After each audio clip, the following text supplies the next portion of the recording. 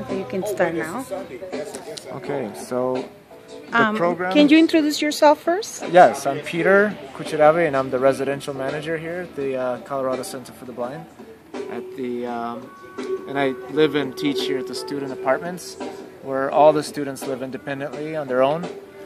There's several programs that the center has, and one of them is, the main program is the Independence Training Program, so we shorten it and call it the ITP, and it's the adult program where most of the people who come through to get their training come.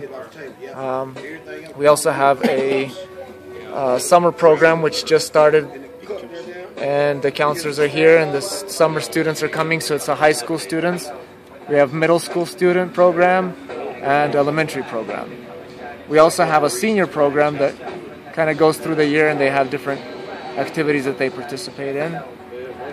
But our main staple program is the 6 to 9 month ITP program, where the students live in the apartments, come to the center 5 days a week. We usually have about 25 students on average participating in the ITP program. And if any of the students have any remaining sight, in order to train them on techniques that are alternatives to using your sight, we require all the students to wear, who have any sight left that is, to wear sleep shades. So it's basically a blindfold that they have to wear from 8 to 4:30, 5 days a week, so that their training is fully effective in terms of alternative techniques. The center's been around since 1988, so it's about 25 years now. I think roughly 800 people have gone through the program so far. It started off very, very small with only 5 instructors and just a couple students, and now we're a full-on program with roughly 25 students, and they come from all over the country and all over the world. So from different states, different countries. A lot of times when they're coming from different states, the funding is coming from the state. So the vocational rehabilitation counselors that work with the individual would organize for their individual states to pay for it. So sometimes we get students that want to come but can't because they don't have the money, and their states aren't willing to pay. So what did you do there then? If you have a student that want to come and they don't have the finance, is there like a scholarship or something? Yes, there are some scholarships available. The center is also part of or holds hands with a national organization called the National Federation of the Blind. And the National Federation is an advocacy organization that basically advocates for blind people and full accessibility across the country. Everything from accessibility of technology to accessibility of literature and internet accessibility and so on and so forth.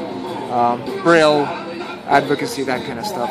I'm going to have an opportunity to go in June to one of the seminars that the National Federation of the Blind is going to have in Orlando, Florida. Yeah, in July. I'm sorry, the Wednesday, the 3rd of July. Okay. One of my sister in Panama, she study with disabilities children, so she's going to come for the seminar. So she inviting us to be part of that for at least for one day. We're going to attend the seminar, so I will let you know all about it. Yeah, absolutely. And it's kind of awesome. Every year we have a national convention for the National Federation of the Blind. It's an annual convention. And then the states, so we have the National Federation of the Blind of Colorado. We have a state convention that comes up in October. Oh. And so this October, huh? Find 150, 200 people maybe at a state convention like in Colorado, but you'll see probably around 3,000 people or so at the national convention. Wow. Almost all of them being blind individuals. So we're talking about subcultures. We have a massive, massive subculture, if you want to call it that, across the country, that of a blind community, that of people that want to push for accessibility for this community, because well, it's a matter of rights, right? So we are a subculture, but as any minority population, we want to make sure that we're in the mainstream of society and have the same opportunities as everyone else. Of course, yes, Pete. Now, maybe you did mention it about the programs. I can talk a little bit about that. Yes, please. So in the program, we have 4 main classes that the students participate in, and lots of other ones that I'll tell you about as well. Okay. The 4 main ones are cane travel, Braille, technology, and home management. And so home management being everything that deals with taking care of your home and cooking and cleaning, and that's a lot of what I teach here at the apartments. We also have self-defense class and martial arts. We have art class, stone carving and drawing and all kinds of things. We have recreational activities. We've been going rock climbing. We just completed recently the ski season, so we go skiing and snowboarding. Wednesday we go canoeing. Thursday's another rock climbing group. So we have a lot of outdoor activities, camping. You keep the kids very active here. Yeah, you don't want any overweight kid here, right? No, not at all. We have a lot of people lose weight when they come to the program. We will have problems, Ray and I, because we're kind of overweight. We definitely stay very, very active, and it's a lot of fun. So if it's out there, we want to do it, basically. Yeah. You know, we try to do it. We do some driving, skid recovery, where you have to.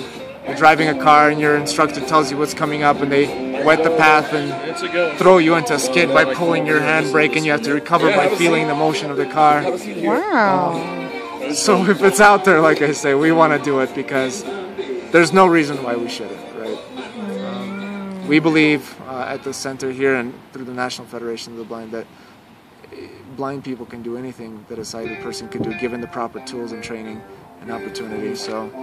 Or at least the gumption, such as me in mountain biking. And what is your name, sir? I'm Eric.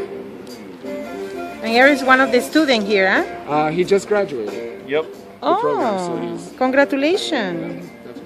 I am now an alumni. I'm just here for an extra 2 weeks because of an internship that was set up through the center. So. Okay. Where you going now? Well, hopefully I'll be able to relocate up here. If I can't, then I go back down to Phoenix and try and find myself a new place to land down there because the current circumstances I'd be moving back into down there aren't exactly healthy.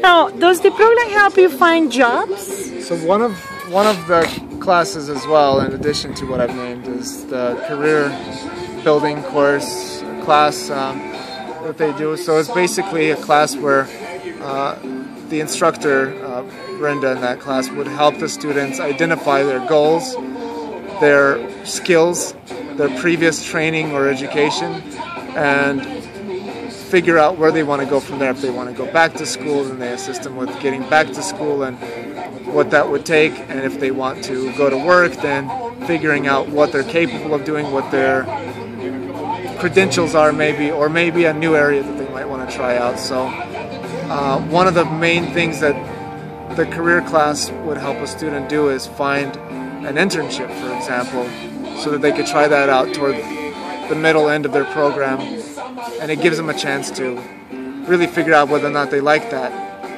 field that they're wanting to get into. So like any other school has internships, and so once you're done with the internship and done with your program, you have a pretty good stable ground back to the work field. So that's definitely one of the priorities of the center, is making sure that every blind person has the opportunity to get back to work and contribute to society and take from society just like anyone else does. Let's see, between professional development, which is what that career class is called, and of course Braille literacy, which is the big thing.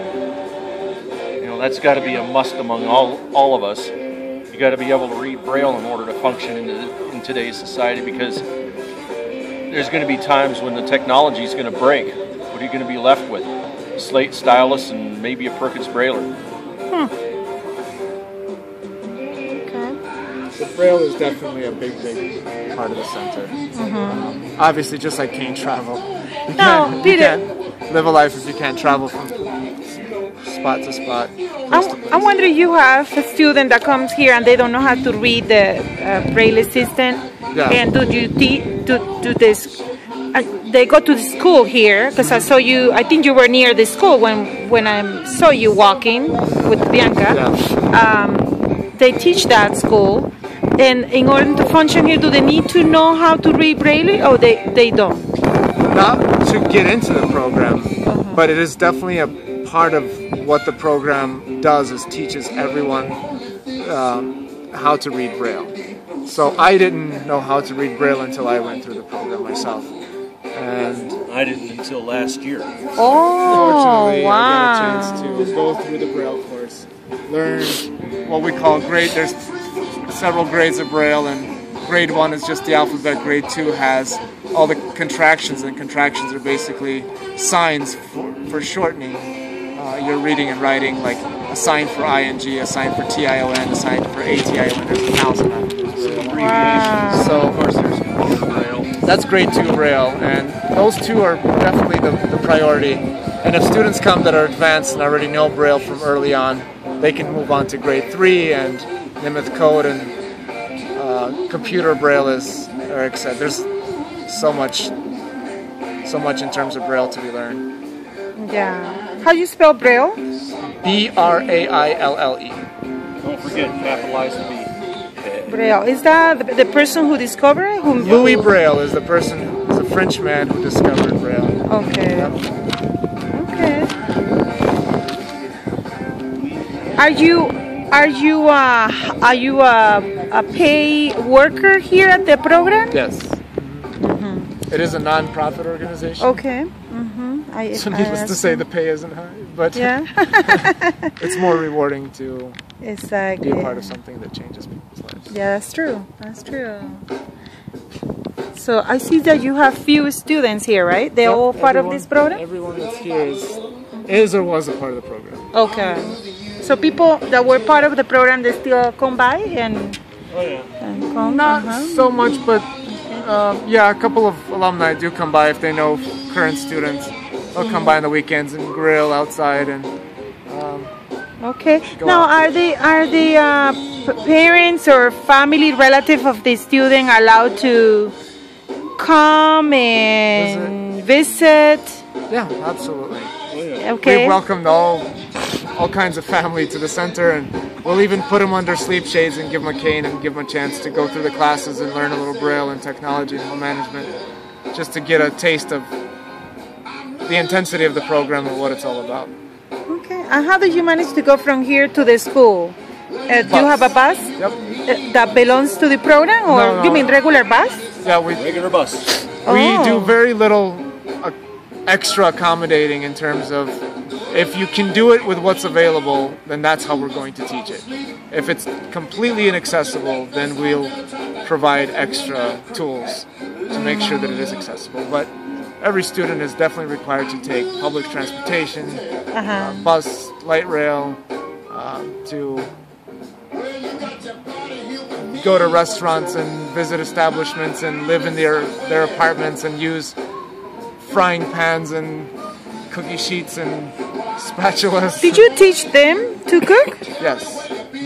Absolutely. But you told me earlier that you are almost completely blind. Is that correct? Yes.